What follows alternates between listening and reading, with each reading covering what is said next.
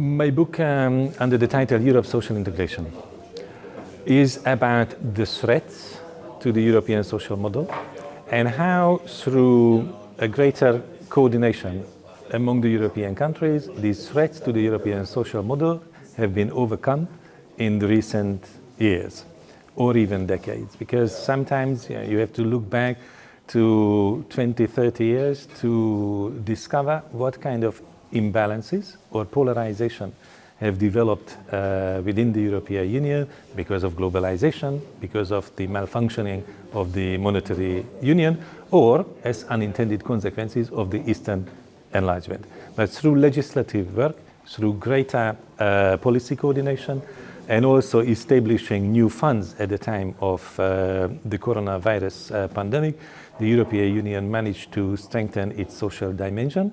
And that's probably the only way to ensure that the EU as a whole becomes stronger and more resilient.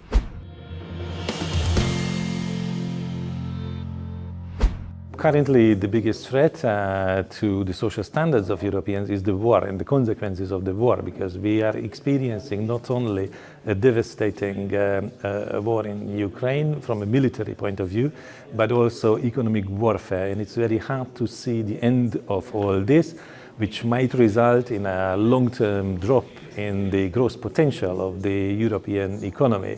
So it's very important to find ways to start reconstruction in Ukraine as fast as possible and connect the Ukrainian reconstruction with a reconsideration of cohesion policy and other policies in the European Union.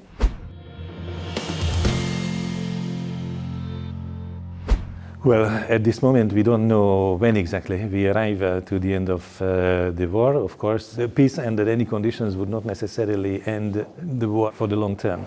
So that's a very tough question for me.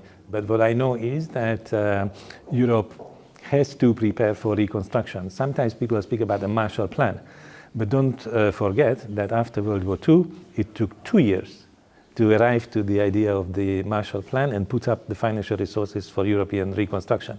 Now, I think we have to think and plan while the war is still raging, and as soon as the conditions are given, the reconstruction will have to start.